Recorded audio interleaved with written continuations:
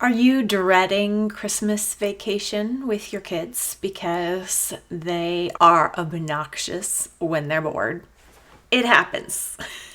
What can we do with our kids when they are bored at home on school breaks? Hi, I'm Misty Winkler, author of The Convivial Homeschool, Gospel Encouragement for Keeping Your Sanity While Living and Learning Alongside Your Kids. I'm here to help you organize your attitude and dig into the good work that God has given you to do in your home. Here at Simply Convivial, we beat overwhelm and replace perfectionism with baby steps as we learn to manage family life well. And I'm so glad that you've joined me today. If you want weekly pep talks to help you keep your head in the game as a homeschool mom, then be sure to hit subscribe here on YouTube. And I'd love to hear from you in the comments on this video too with your tips and tricks and ideas for occupying our kids and making the best use of school vacations. It happens so often.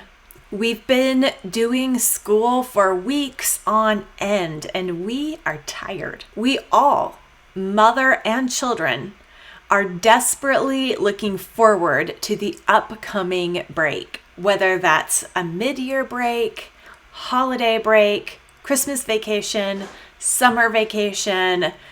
The first day of no school is glorious, but then it starts.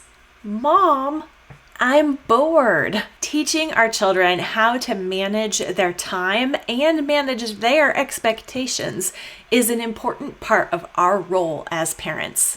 And the feeling of boredom can be a great opportunity, but it can also get tiresome. It can be frustrating because they had schoolwork that they complained about, saying they had no time. But then when they have time, they complain that they're bored. How do we handle boredom on school breaks during vacation? I've got 3 ideas for you today. So grab a basket of laundry and let's dig in. There are 3 possible scenarios when our kids say that they're bored, and how we handle them differs. After all, we are not cruise directors whose job it is to keep everyone always entertained. Instead, our job is to disciple, train, and direct our children so that they become self-motivated, self-directed young adults with initiative. Self-direction and initiative is often born out of time spent being bored. So let's learn how to help our children steward their school breaks, even when, or especially when, they feel bored. First, we have to ask why our kids are bored on school vacations. Although the idea of a break is always appealing, the reality is sometimes different from the dream. Our imagination can hold on to vague ideas of activity and delight that then never actually happen in real life. Not because we as parents are being intentionally dull, but because the idea was always abstract and never a real concrete plan. Then the break can quickly become disappointing because it's not meeting those inspirational expectations. It turns out that it requires work and effort to make things happen, even fun things. But our imaginations can quickly spin a story that fun will just simply happen without any effort. That's what vacations are for, right? A desire for fun and a desire for effortlessness are at odds with one another. The two usually do not coexist. And it's not always bad to be disappointed.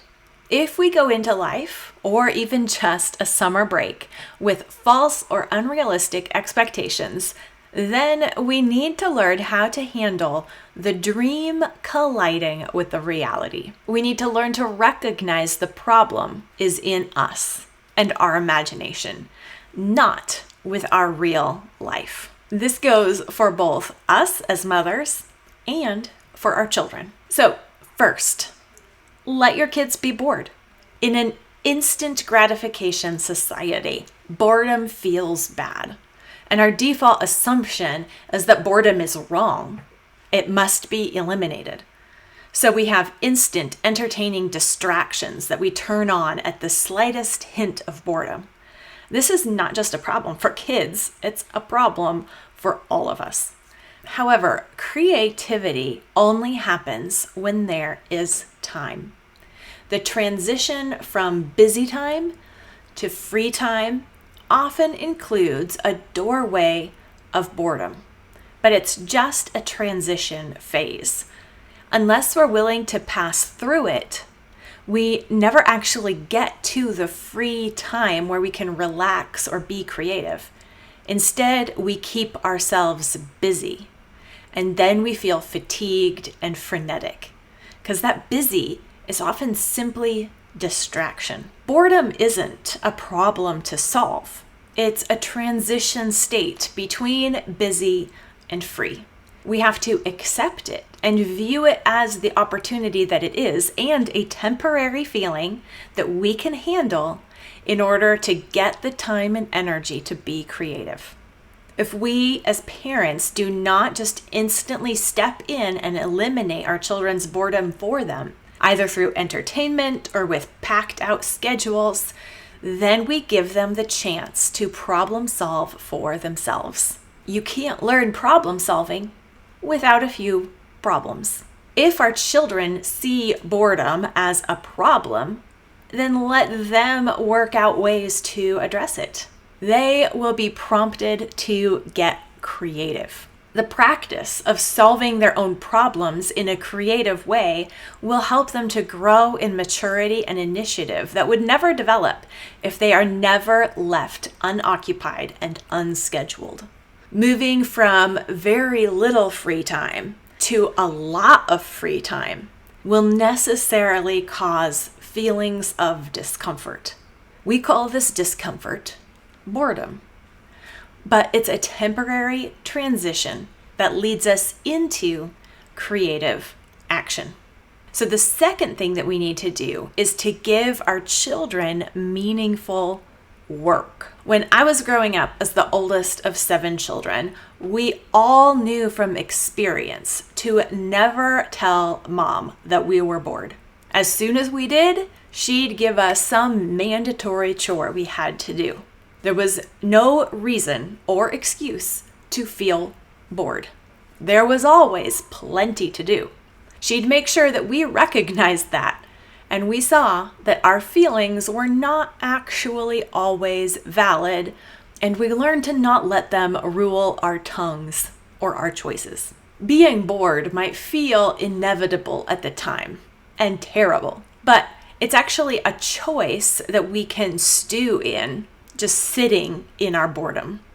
Or we can choose to jump out of it. Even doing a chore, even if it's not what you want to do, can be the thing that will snap you out, that will snap anyone out of a mopey slump. If the work is meaningful work, it can be particularly powerful. When we do something that makes a visible difference or obviously fills a need, we become contributors. Our feelings of boredom are, at the root, self-centered. But doing meaningful work that contributes to the household pulls us outside of ourselves through productive action. So make sure that chore that you give them when they say that they are bored is not just a threat to make them stop complaining, but actually make them do it, because it is doing something, thinking of something else, getting moving, that is the antidote to feeling bored. As we deal with our children, we see ourselves and our own need for growth, our own areas where we need to repent. Parents also need parenting.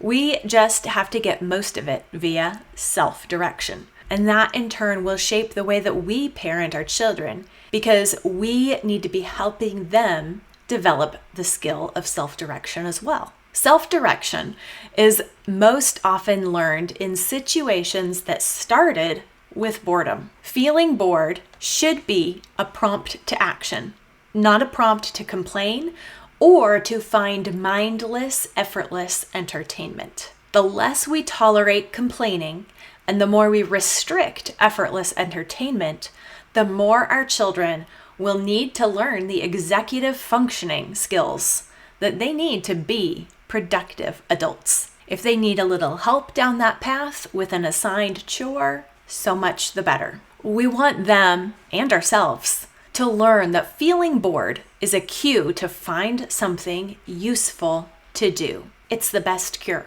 We think that we want entertainment when we feel bored, but what we really crave is meaningful action.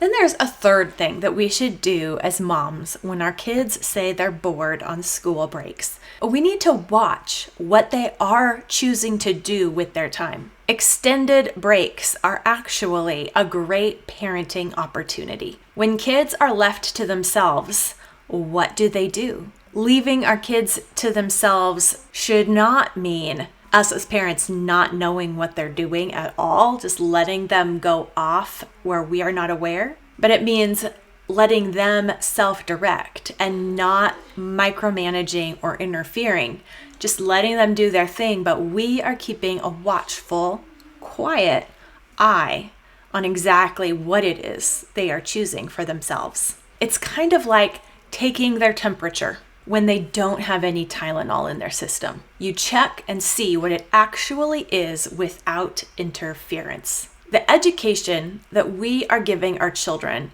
is about much more than giving them knowledge. It's about shaping their tastes, their desires, and their interests. We want our children to be interested in all manner of potential interesting avenues.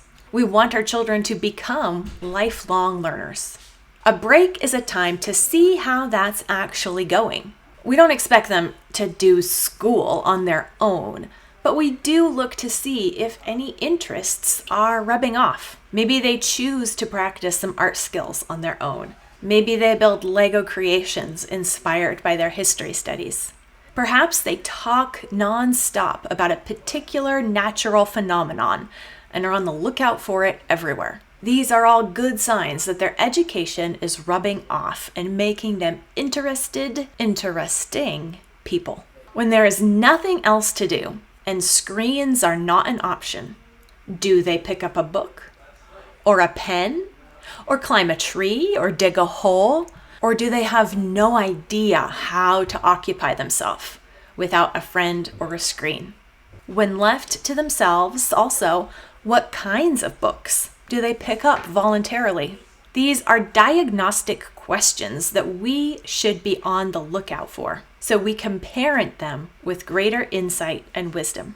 A child who seems to have no hobbies and no clue how to occupy himself might need some gentle guidance or even some enforced hobby attempts to prompt interest and initiative. Sometimes our children are unaware of the possibilities and they need a little push to get the creative juices flowing, to get the momentum begun, or the potential noticed. Time to be bored can be a great opportunity for parents to gain important insights into each child's perspective, ability, and interests. If you are not at all bored, but rather busy, don't overlook this important time. A watching and noticing on mom's part is vital to effective discipleship. But one thing above all, don't let their bored grumpiness make you grumpy.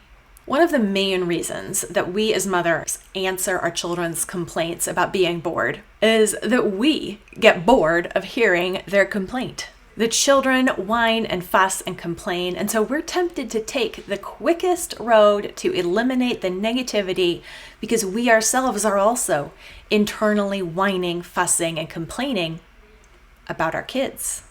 As parents, we have to be the one in charge of the tone of the conversation and the atmosphere of the home. A grumpy child does not need to make the whole house gloomy, but a grumpy mother will definitely have that effect.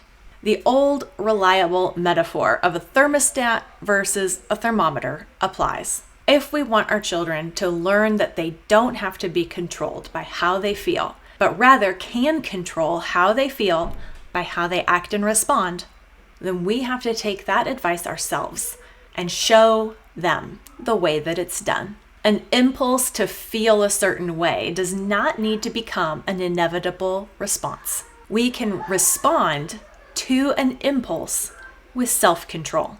We'll have a better chance of helping our children learn responsibility and maturity through their boredom if we first take responsibility, behave maturely, and stay upbeat and cheerful no matter how negative the children are being. Because boredom can be healthy. As parents, we need to see our children's boredom as potential rather than problem. It's an opportunity that can be used well or badly. We can respond to feeling bored by engaging our minds to think or our bodies to act. Instead of mulling in and exaggerating the feeling of being bored, we can direct that energy toward creativity and service and imagination. The temptation of being bored is to look for passive entertainment. Although passive entertainment is not hard to find these days, it fragments our thinking, makes us distracted, and prevents us from being motivated, productive, and happy. So feeling bored can be harnessed to help us move into something deeper and more meaningful than mere entertainment or frantic busyness. Perhaps we can teach ourselves and our children the mantra, only boring people stay bored. Maybe it's not your kids who are scattered and directionless, especially during school breaks. Maybe it's you. Do you feel so overwhelmed with your to-do list that you choose to zone out on your phone and not do a single thing? Distraction is a hard habit to break, but we can do it by choosing obedience over laziness, one baby step at a time. Join me for a home management boot camp in 2023 with Simplified Organization Community Coaching. During this program, we'll work through all areas of home management so that we can organize our attitude, streamline our homemaking, and work our plans, all to the glory of God. We do this work not so that our homes are always immaculate, but so that we are faithful in the responsibilities that God has given us. Simplified Organization Community Coaching is included in Simply Convivial Continuing Education. So go to simplyconvivial.com and click the green Enroll button to learn more and to enroll. You can also click on the link in the description. Join Simplified Organization Community Coaching and let me help you organize your attitude and make personalized plans so that you are no longer overwhelmed or frustrated with your life.